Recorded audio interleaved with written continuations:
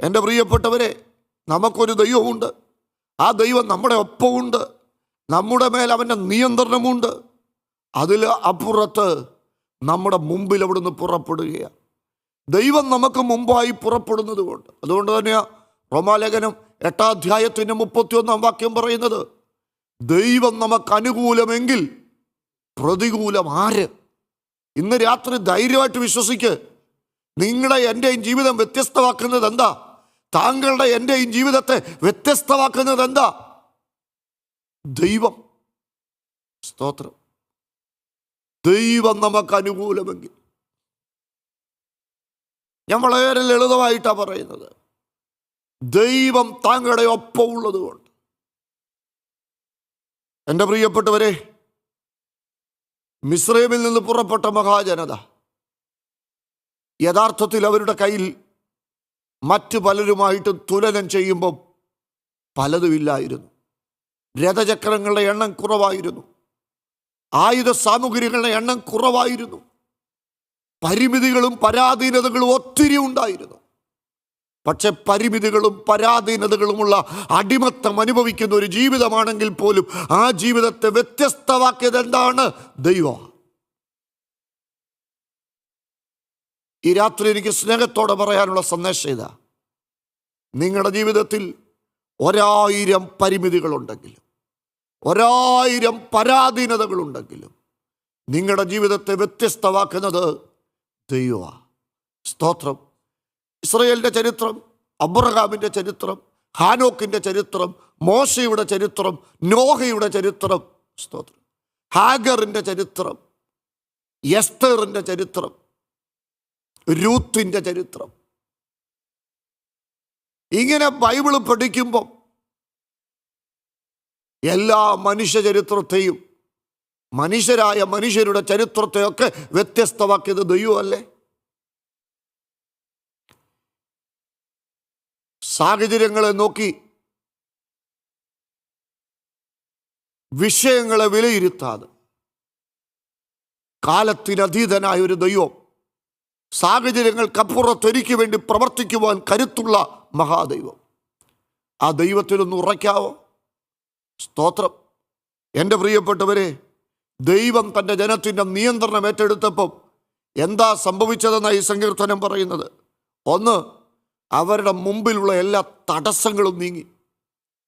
Yes, ഈ വർഷം നിങ്ങളുടെ കൺട്രോൾ മുഴുവൻ ദൈവത്തിൻ്റെ കയ്യിലോട്ട്, ഈ കപ്പല് ദൈവത്തിൻ്റെ കയ്യിലോട്ട് കൊടുക്ക്.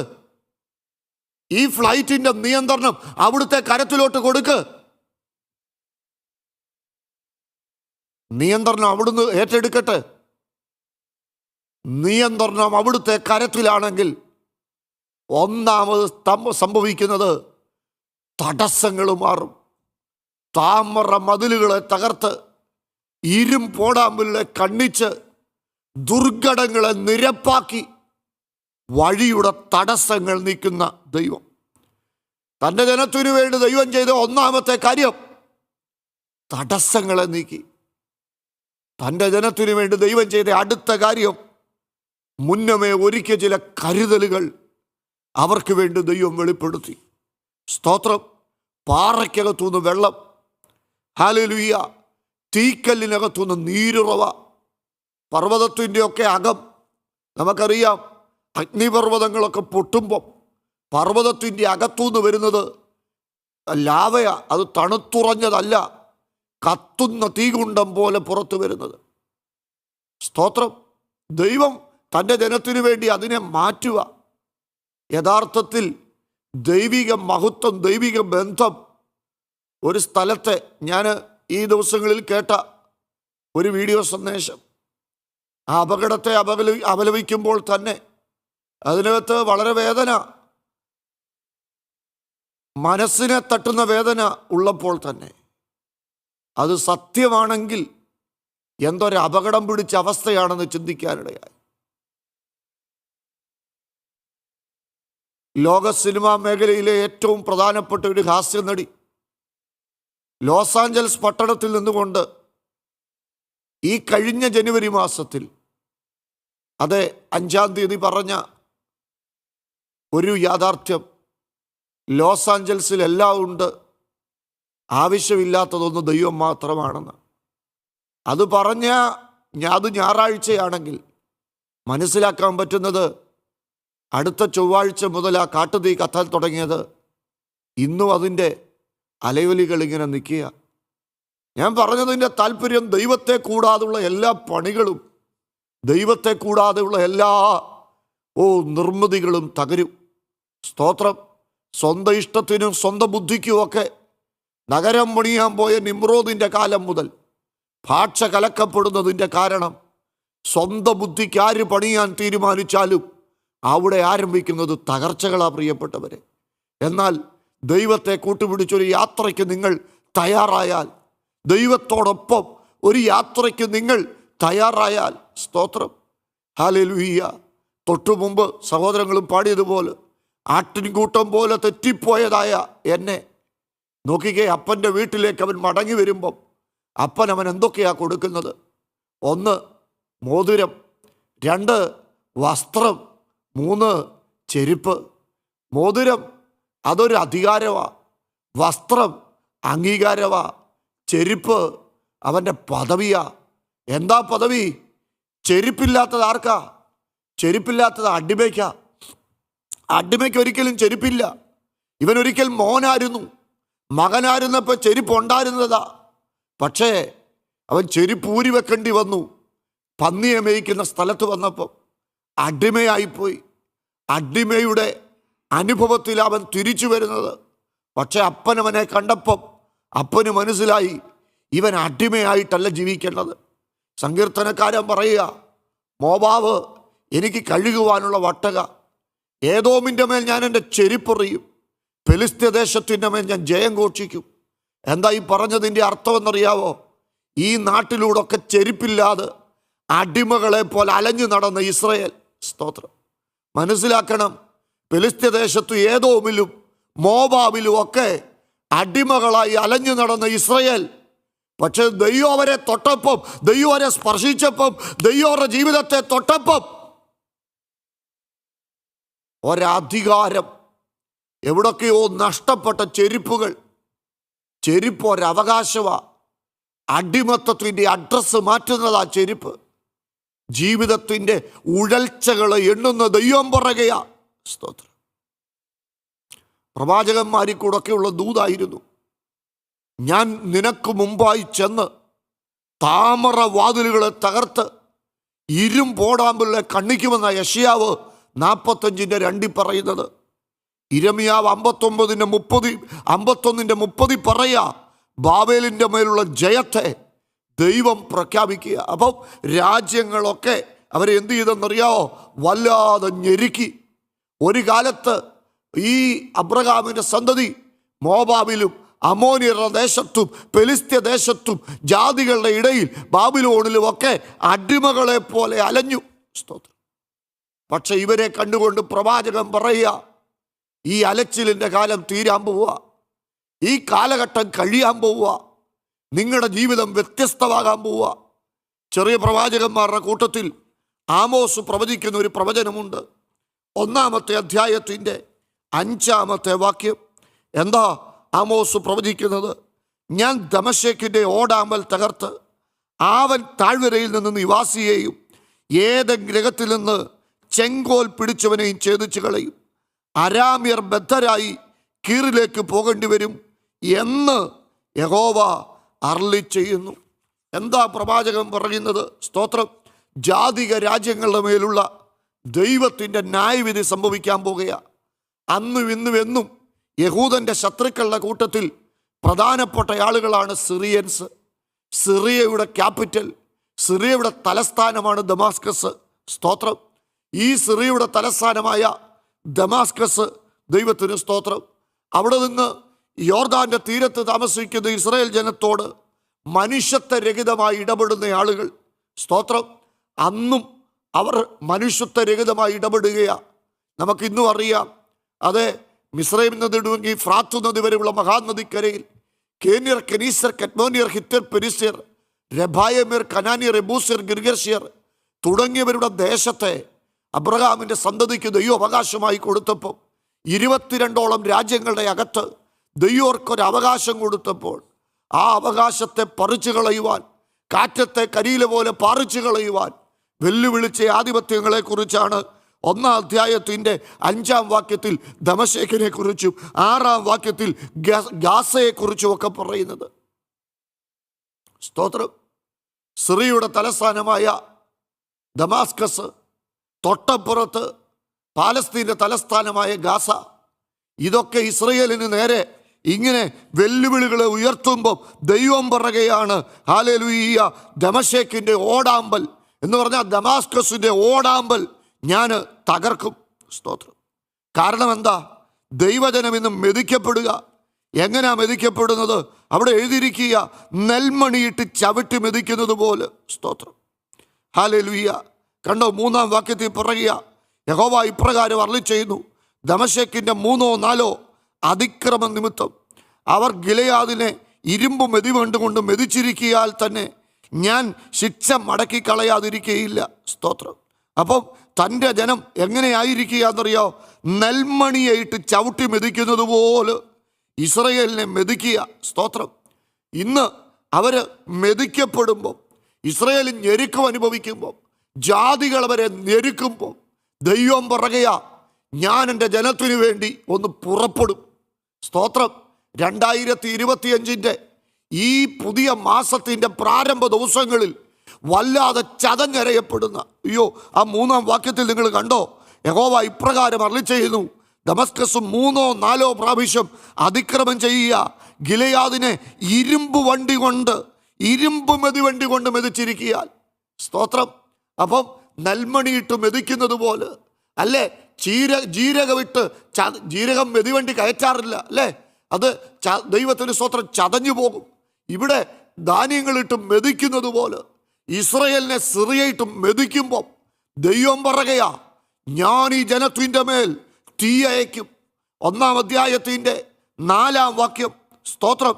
ഇസ്രയേൽ, അതെ, ഹസായേൽ ഗ്രഹത്തിൻ്റെ മേൽ ഞാനൊരു തീ അയക്കും. സ്തോത്രം. അടുത്തത് 7-ാം വാക്യം, ഞാൻ ഗസയുടെ മതിലിനകത്ത് ഒരു തീ അയക്കും. അടുത്തത് 10-ാം വാക്യം. സ്തോത്രം. ഞാൻ സോരിൻ്റെ മതിലിനകത്ത് ഒരു തീ അയക്കും.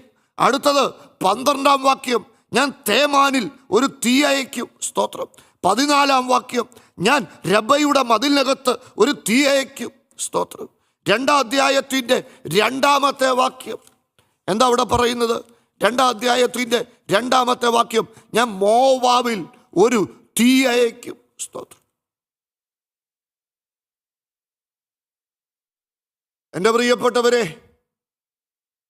ഇത് ഇസ്രയേലിനുള്ള പ്രാവചനിക ദൂത. പ്രവാചകൻ നൂറ്റാണ്ടുകൾക്ക് മുമ്പ് പ്രവചിച്ചത് നാം ഇന്ന് കണ്ടുകൊണ്ടിരിക്കുക അക്ഷരിക കണ്ണുകൾ കൊണ്ട്. സ്തോത്രം. ഞാനൊരു കാര്യം പറയാം. എന്താണ് അവരെ വ്യത്യസ്തമാക്കുന്നത്? അവരെ വ്യത്യസ്തമാക്കുന്നത് ദൈവിക ബന്ധമാണ്. ഇന്നലകളിൽ ഒരു നെൽമണി ചതഞ്ഞരയുന്നത് പോലെ എവിടൊക്കെയോ നീ ചതഞ്ഞരഞ്ഞെങ്കിൽ ഇന്ന് രാത്രി ദൈവം പറയുക, നിന്നോടൊരു കൂട്ടായ്മയ്ക്ക് ദൈവം ആഗ്രഹിക്കുക. ദൈവം നിനക്ക് വേണ്ടി ഒരു കൂട്ടായ്മ തന്നാൽ ദമശ്കേക്കിൻ്റെ ഓടാമ്പൽ. ഓടാമ്പൽ എന്ന് പറഞ്ഞാൽ എന്താ? ഒരു കതക് ചുമ്മാ തടഞ്ഞാൽ ഓടാമ്പൽ വീഴത്തില്ല. ഓടാമ്പൽ അകത്തുനിന്ന് പൂട്ടുന്നതാ അല്ലേ? അപ്പം നിനക്കൊരു നന്മ ഉണ്ടാകാതിരിക്കാൻ, നിന്റെ ജീവിതത്തിൽ ഒരു അനുഗ്രഹം ഉണ്ടാകാതിരിക്കാൻ ഓടാമ്പൽ കൊണ്ട് പൂട്ടി വെച്ചിരിക്കുന്ന യോനാക്ക് പറയുന്നുണ്ട്. സ്തോത്രം. ഭൂമി അതിൻ്റെ ഓടാമ്പൽ കൊണ്ട് സദാകാലത്തേക്കും എന്നെ എന്ത് ചെയ്ത് കളഞ്ഞു? അടച്ചു കളഞ്ഞു. സ്തോത്രം. അപ്പം ഓടാമ്പൽ കൊണ്ട് അടയ്ക്കുക എന്ന് പറഞ്ഞാൽ അതിൻ്റെ അർത്ഥം ജീവിതത്തിൽ പുറത്തു വരുവാൻ കഴിയാതെ അബദ്ധത്തിൽ സംഭവിക്കുന്നതല്ലത്. പർപ്പസിലി ഒരാൾ, ഞാനിപ്പോൾ ഈ സ്റ്റുഡിയോയിൽ നിന്ന് ഇറങ്ങിപ്പോകുമ്പോൾ ഇവിടുത്തെ കഥ കടഞ്ഞാൽ അത് സ്വാഭാവികമായിട്ട് കാലാവസ്ഥാ വ്യതിയാനം കൊണ്ടൊക്കെ അടയാൻ സാധ്യതയുണ്ട്. എന്നാൽ ഈ കഥ കടഞ്ഞത് കൊണ്ട് ഒരിക്കലും ഓടാമ്പൽ വീഴത്തില്ല. ഓടാമ്പൽ ആരെങ്കിലും ഒരാൾ അത് അകത്തുനിന്ന് കുറ്റിയിട്ടാലേ ഓടാമ്പൽ വീഴത്തുള്ളൂ. സ്തോത്രം. ഇങ്ങനെ ഓടാമ്പലിട്ട് പൂട്ടുന്നത് പോലെ തൻ്റെ ജനത്തെ പൂട്ടിവെച്ചിരിക്കുന്ന ആ അനുഭവത്തെ കണ്ടുകൊണ്ട് ദൈവം പറയുക. സ്തോത്രം. ഹല്ലേലൂയ. ദൈവം പറയുക, എന്താ പറയുന്നത്? ഞാൻ എൻ്റെ ജനത്തെ, ദൈവത്തിന് സ്തോത്രം. കണ്ടോ, യോനയുടെ പുസ്തകം 2-ാം അധ്യായത്തിൻ്റെ 6-ാം വാക്യം. ഞാൻ പർവ്വതങ്ങളെ അടിവാരത്തോളം ഇറങ്ങി, ഭൂമി തൻ്റെ ഓടാമ്പലുകളാൽ എന്നെ സദാകാലത്തേക്ക് വടച്ചിരിക്കുന്നു. നീയോ എൻ്റെ ദൈവമായ യഹോവേ, എൻ്റെ പ്രാണനെ കുഴിയിൽ നിന്ന് കയറ്റിയിരിക്കുന്നു. അപ്പം യോന പറയുന്നത് കേട്ടോ, ഭൂമി എന്നെ അടച്ചത് എത്ര കാലത്തേനാ? സദാകാലത്തേന്. ഞാനിന്ന് രാത്രികാലം ചിലരെ നോക്കി പറയുക, നീ എവിടെ ചെന്നാലും രക്ഷപ്പെടാത്തതിൻ്റെ കാരണം, ഏതു നാട്ടിൽ ചെന്നാലും രക്ഷപ്പെടാത്തതിൻ്റെ കാരണം ഓടാമ്പലിട്ട് പൂട്ടി വെച്ചിരിക്കുക. 1-2 വർഷമല്ലല്ലോ, ഒത്തിരി കാലമായിട്ട് ഇത് അനുഭവിക്കുകയല്ലേ. പക്ഷെ ഇന്ന് രാത്രികാലം ദൈവം നിന്റെ മുമ്പിൽ പുറപ്പെടുമ്പോൾ ചില ഓടാമ്പലുകളെ ദൈവം തകർക്കുമെന്ന് ഉറപ്പുള്ള ദൈവമക്കൾ ആ കര ഉയർത്തിപ്പിടിച്ചിരിക്കുന്നിടത്തിരുന്ന് ശക്തിയോടെ ദൈവത്തെ ഒന്ന് സ്തുതിച്ചോ. ജീവിതം മാറുമോ? മാറും. ഭാവിക്കൊരു വ്യതിയാനം ഉണ്ടാവുമോ? ഉണ്ടാകും. ഒരു വിശാലത ഉണ്ടാകുമോ? ഉണ്ടാകും. സ്തോത്രം. എൻ്റെ പ്രിയപ്പെട്ടവരെ, ഇന്ന് സിറിയയിലെ അഥവാ ദമാസ്കസിലെ, സിറിയയുടെ തലസ്ഥാനമായ ദമാസ്കസിലെ 2 പട്ടണങ്ങൾ ഏതൊക്കെയാ? ഹമാത്തും അർപ്പാദും. യിരെമ്യാവ് 49-ന്റെ 23 മുതൽ 27 വരെയുള്ള വാക്യങ്ങൾ പഠിക്കുമ്പോൾ, യിരെമ്യാ പ്രവാചകന്റെ പുസ്തകം 49-ാമത്തെ അധ്യായത്തിൻ്റെ 23 മുതൽ 27 വരെയുള്ള വാക്യങ്ങളിലേക്ക് നിങ്ങൾ എത്തണം. യിരെമ്യാവ് 49-ന്റെ 23 മുതൽ 27 വരെയുള്ള വാക്യങ്ങൾ. അവിടെ പറയുക, ദമശ്കേക്കിനെ കുറിച്ചുള്ള അരുളപ്പാട്. ഹമാത്ത് അർപ്പവാദ് ദോഷവർത്തമാനം കേട്ടതുകൊണ്ട് ലജ്ജിച്ച് ഉരുകിപ്പോയിരിക്കുന്നു. കടൽ വരെ ദുഃഖം വ്യാപിച്ചിരിക്കുന്നു. അതിന് അടങ്ങിയിരിപ്പാൻ കഴിയുകയില്ല. ദമശ്കേക്ക് ക്ഷീണിച്ച് ഓടിപ്പോകുവാൻ തിരിയുന്നു. നടുക്കം അതിനെ പിടിച്ചിരിക്കുന്നു. നോവ് കിട്ടിയ സ്ത്രീക്ക് എന്ന പോലെ അതിന് അതിവസനയും വേദനയും പിടിച്ചിരിക്കുന്നു. കീർത്തിയുള്ള പട്ടണം, എൻ്റെ ആനന്ദപുരം ഉപേക്ഷിക്കാതിരിക്കുന്നത് എങ്ങനെ? അതുകൊണ്ടതിലെ യൗവനക്കാർ അതിൻ്റെ വീതികളിൽ വീഴുകയും. സ്തോത്രം. നമ്മൾ കണ്ടതാ പേജർ ദുരന്തമൊക്കെ. സ്തോത്രം. ശരിക്കും പറഞ്ഞാൽ ഇസ്രയേലിന് നേരെ വെല്ലുവിളിക്കുന്ന ആ ജാതികളെ, സ്തോത്രം, ദൈവം ഹല്ലേലൂയ തകർക്കാനായിട്ട് തീരുമാനിച്ചപ്പോൾ, സ്തോത്രം, ശരിക്കും എൻ്റെ പ്രിയപ്പെട്ടവരെ, ഈ ദമശ്കേക്ക് എന്നു മുതലാ യഥാർത്ഥത്തിൽ തൻ്റെ ജനത്തിനെതിരെ പോരാടാൻ തുടങ്ങിയത്. അത് ദമശ്കേക്കിൻ്റെ ചരിത്രം അഥവാ ദമാസ്കസിൻ്റെ ചരിത്രം മറ്റെല്ലാം ഞാനങ്ങ് വിടുക. ഇന്ന് രാത്രി ചില ഓടാമ്പലുകളെ ദൈവം തകർക്കുന്ന കാര്യമാണ് ഞാൻ പറയാൻ പോകുന്നത്. ബൈബിൾ ചരിത്രം പഠിക്കുമ്പോൾ ദമാസ്കസിൻ്റെ ആക്രമണം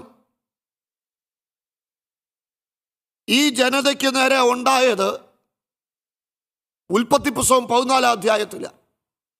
ഉൽപ്പത്തി പുസ്തകം 14-ാം അധ്യായത്തിൻ്റെ 15-ാമത്തെ വാക്യം പഠിക്കണം. ഉൽപ്പത്തി പുസ്തകം 14-ാം അധ്യായത്തിൻ്റെ 15-ാമത്തെ വാക്യം. എന്താ അവിടെ എഴുതിയിരിക്കുന്നത്? രാത്രിയിൽ അവനും അവൻ്റെ ദാസന്മാരും അവരുടെ നേരെ ഭാഗം ഭാഗമായി പിരിഞ്ഞു ചെന്ന് അവരെ തോൽപ്പിച്ച് ദമശ്കേക്കിൻ്റെ ഇടതുഭാഗത്തുള്ള ഹോബ വരെ അവരെ പിന്തുടർന്നു. അവൻ സമ്പത്തൊക്കെയും മടക്കി കൊണ്ടുവന്നു.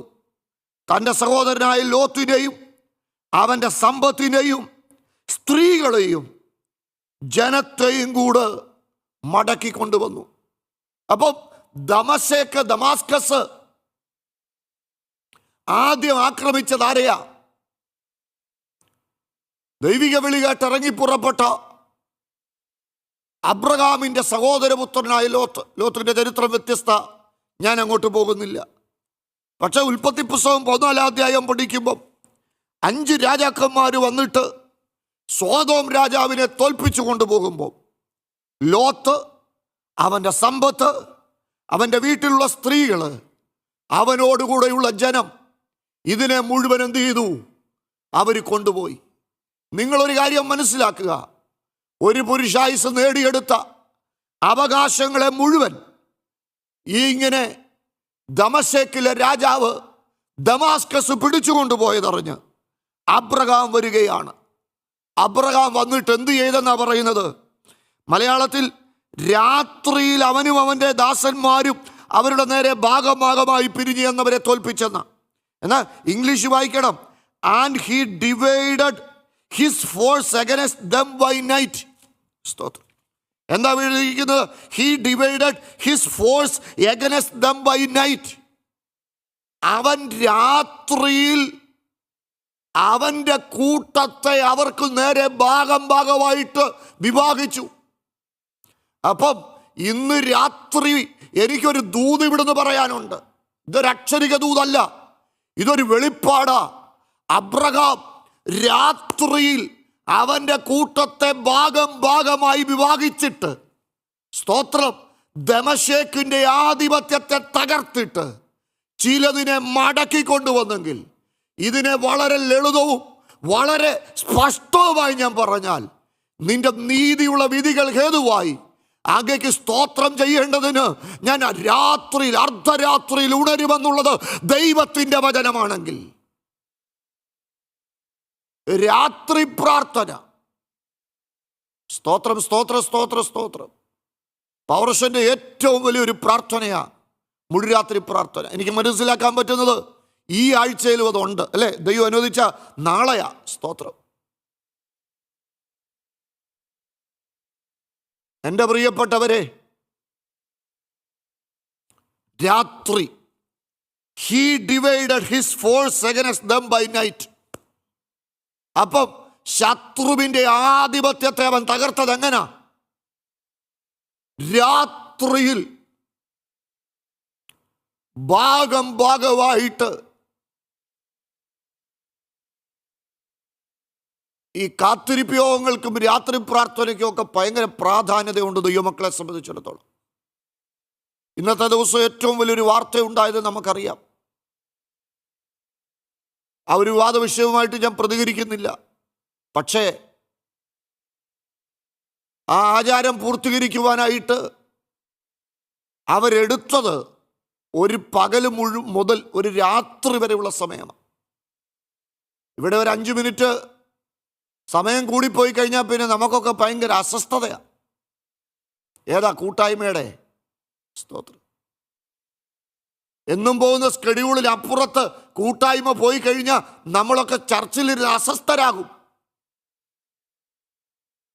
ഒരു കാര്യം ഞാൻ പറയാം, തലമുറ കിടന്ന് കറങ്ങുമ്പം, ജീവിതം കിടന്ന് കറങ്ങുമ്പം അബ്രഹാമിന് മനസ്സിലായി, ചിലതിനെ വീണ്ടെടുക്കണമെങ്കിൽ രാത്രിയിൽ സൈന്യത്തെ വേർതിരിച്ചേ പറ്റത്തുള്ളൂ.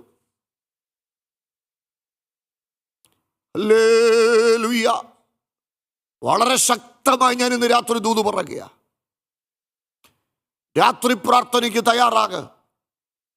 ഈ വർഷം നഷ്ടപ്പെട്ട ചിലതിനെ, സമ്പത്തൊക്കെയും അവൻ്റെ സഹോദരപുത്രനെയും നഷ്ടപ്പെട്ടു പോയ, ജാതികളിട്ട് പൂട്ടി വച്ചിരിക്കുന്ന, സദാകാലത്തേക്കും പർപ്പസിൽ പൂട്ടി വച്ചിരിക്കുന്ന, യോന അതല്ലേ പറയുന്നേ? നമ്മൾ വായിച്ചതും അത് തന്നെയാ. ഭൂമി അതിൻ്റെ ഓടാമ്പലിനാൽ സദാകാലത്തേക്ക് തന്നെ എന്ത് ചെയ്തിരുന്നു? അടച്ചു വെച്ചിരുന്നു, അല്ലേ? സ്തോത്രം. ഓടാമ്പലിനാൽ സദാകാലത്തേക്കും.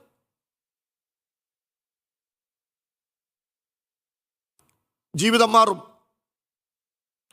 തീക്കല്ലിനെ ജലതടാകമാക്കി മാറ്റാൻ കരുത്തുള്ളതയോ? വളരെ ലളിതമായിട്ട് ഞാൻ ഇന്ന് രാത്രി സന്ദേശം അതിൻ്റെ സമാപന അവസ്ഥയിലേക്ക് വരുമ്പോൾ എൻ്റെ പ്രിയപ്പെട്ടവരെ ഓർപ്പിക്കുന്ന ദൂത് ഇതാണ്. ജീവിതത്തെ പൂട്ടിവെച്ചിരിക്കുന്ന, പർപ്പസിൽ പൂട്ടിവെച്ചിരിക്കുന്ന ചില പൂട്ടുകൾ ദൈവം നിന്റെ മുമ്പിൽ പുറപ്പെട്ടാൽ അത് തകരും. സ്തോത്രം. Hallelujah, hallelujah. അത് മനുഷ്യൻ പൂട്ടിയതാണെങ്കിലും, പിശാച് പൂട്ടിയതാണെങ്കിലും, അസൂയ കൊണ്ട് പൂട്ടിയതാണെങ്കിലും, അധികാരം കൊണ്ട് പൂട്ടിയതാണെങ്കിലും, ആധിപത്യങ്ങൾ കൊണ്ട് പൂട്ടിയതാണെങ്കിലും ഇന്ന് രാത്രി ആ ഓടാമ്പലിനെ ഇളക്കാൻ, ആ ഓടാമ്പലിനെ പൊളിക്കാൻ സ്തോത്രം. യോന പറയാ 2:5, വെള്ളമെൻ്റെ പ്രാണനോളവനെ വളഞ്ഞു, ആഴി എന്നെ ചുറ്റി. ജീവിതം അവസാനിച്ചെന്ന് ചിന്തിക്കുന്ന സമയം ഭൂമി ഓടാമ്പലിനാൽ എന്നെ അടച്ചു. പക്ഷേ ഭൂമിയുടെ ഓടാമ്പലിനെ ദൈവം തുറന്നു. ഇന്ന് രാത്രി എനിക്കൊരു സന്ദേശമുണ്ട്. ശത്രു പൂട്ടിയത് ദൈവം നിന്റെ മുമ്പിൽ തുറക്കും. ദൈവം നിനക്ക് മുമ്പായി പുറപ്പെട്ടാൽ സ്തോത്രം. ഈ സന്ദേശത്തിന് ഒറ്റ തലക്കെട്ടേ എനിക്ക് പറയാനുള്ളൂ. ദൈവം നിനക്ക് മുമ്പായി പുറപ്പെട്ടാൽ എന്തോ സംഭവിക്കും? ധൈര്യത്തോടെ പറ, ഏത് പൂട്ടും തകരും, ഏതോടാമ്പലും തകരും. ജീവിതത്തെ ചുറ്റിവെച്ചിരിക്കുന്ന, ജീവിതത്തെ വരിഞ്ഞു മുറുക്കിയിരിക്കുന്ന, ജീവിതത്തിൽ മുന്നോട്ട് പോകാൻ പറ്റാതിരിക്കുന്ന, ഹല്ലേലൂയ, ഒരു ഒരു ഒരു ഒരു ബാരിയർ വെച്ചിരിക്കുന്ന ദൈവത്തിന് സ്തോത്രം. കർത്താവിൻ്റെ ആത്മാവിന് സഭയോടുള്ള സന്ദേശമായിരുന്നു, പരിശുദ്ധാത്മാവ് നിങ്ങളുടെ മേൽ വരും. നിങ്ങൾ ശക്തി ലഭിച്ചിട്ട് ഭൂമിയുടെ അറ്റത്തോളം എൻ്റെ സാക്ഷികളാകും. പക്ഷേ അവർക്ക് മുന്നോട്ട് പോകാൻ പറ്റാത്ത ഒരു കാലം. അവരോടുള്ള നിയോഗം അതുതന്നെയായിരുന്നു, അല്ലേ? അവരോട് എന്താ പറഞ്ഞത്? നിങ്ങൾ ലോകത്തിൻ്റെ അറ്റം വരെ പോയി സകലരോട് സുവിശേഷം പറഞ്ഞു എല്ലാവരെയും ആരാക്കിക്കൂ? ശിഷ്യരാക്കിക്കൂ. പക്ഷേ അപ്പോസ്തലപ്രവൃത്തി 1 മുതൽ 7 വരെയുള്ള അധ്യായത്തിൽ നമുക്ക് കാണുവാൻ കഴിയുന്നത് ദ വിറ്റ്നസ് ഇൻ യെരൂശലേം. അവർ യെരൂശലേമിൽ ഇങ്ങനെ സാക്ഷികളാകുക. 8:1 മുതൽ 9:31 വരെയുള്ള അധ്യായത്തിൽ the witness in Judea and Samaria. ശമരിയയിലും യഹൂദ്യയിലും അവർ സാക്ഷികളാകുക. പക്ഷെ 9-ാം അധ്യായത്തിൻ്റെ 32-ാം വാക്യം മുതൽ 28-ാം അധ്യായത്തിൻ്റെ 31-ാം വാക്യം വരെ പഠിക്കുമ്പോൾ the witness to the end of the earth. അവർ ലോകത്തിൻ്റെ അറ്റം വരെ ആരായിട്ട് പോകുക? സാക്ഷികളാകുക. പ്രത്യേകിച്ചും അപ്പോസ്തലപ്രവൃത്തി 27-28 അധ്യായമൊക്കെ പൗലോസിൻ്റെ ഒക്കെ യാത്ര, ആ യാത്രയെ തടയാൻ എന്തെല്ലാം തടസ്സങ്ങൾ. 27-28 നിങ്ങൾ ശ്രദ്ധിച്ചു പഠിക്കണം. 27 അധ്യായത്തിൻ്റെ 2-ാം വാക്യം, കപ്പൽ കയറി പോവുക, പക്ഷെ കരപറ്റി ഓടുന്ന ഒരു കപ്പലേൽ. 27-ാം അധ്യായത്തിൻ്റെ ദൈവത്തിന് സ്തോത്രം, അതെ, 4-ാം വാക്യം കാറ്റ് പ്രതികൂലം. ഇനിയും 6-ാം വാക്യം ഇറ്റലിക്ക് പോകുന്ന ഒരു കപ്പൽ. 7-ാം വാക്യം ബഹുദൂരം പെതുക്കെ ഓടി. ഇനിയും 15-ാം വാക്യം ദൈവത്തിന് സ്തോത്രം, ഈശാനമൂലൻ എന്ന കൊടുങ്കാറ്റ്, കാറ്റിൻ്റെ നേരെ നിൽക്കാൻ പറ്റുന്നില്ല. സ്തോത്രം. ഇനി 27-ന്റെ 21 ജീവിതത്തിൽ എന്താ സമ്പാദിച്ചത്? എൻ്റെ വാക്കനുസരിക്കുകയും ഈ കഷ്ടനഷ്ടങ്ങൾ സമ്പാദിക്കാതിരിക്കുകയും ചെയ്യേണ്ടതായിരുന്നു. 10-25 ലക്ഷം രൂപ കൊണ്ട് കാര്യം ചെയ്തിട്ട് ജീവിതത്തിൽ ആകെപ്പാടെ മിച്ചമുള്ളത് എന്തുവാ? പറ. കഷ്ടവും നഷ്ടവും. ഞാൻ ചിലരെ നോക്കി ഇന്ന് രാത്രി വളരെ ശക്തമായ ഒരു പ്രവചനദൂത് പറയുക. സ്തോത്രം. പിന്നെ മുന്നോട്ട് പോകുമ്പോൾ ദൈവത്തിന് സ്തോത്രം, അതെ, ധൈര്യമില്ലാതായി, പട്ടിണി കിടന്നു, രക്ഷപ്പെടുമെന്നുള്ള ആശ നശിച്ചു. പിന്നെ രക്ഷപ്പെട്ട സ്ഥലശേഷം ഒരു ദ്വീപ്, അവിടെ കൂനുമേ കുരു, ഇടിവെട്ടിവൻ്റെ തല പാമ്പ് കടിച്ചെന്ന് പറയുന്ന പോലെ കയ്യെ ചുറ്റി അണലി. സ്തോത്രം. പക്ഷെ ഇതൊക്കെ ഇന്നലെ കട ചരിത്രമാണ്.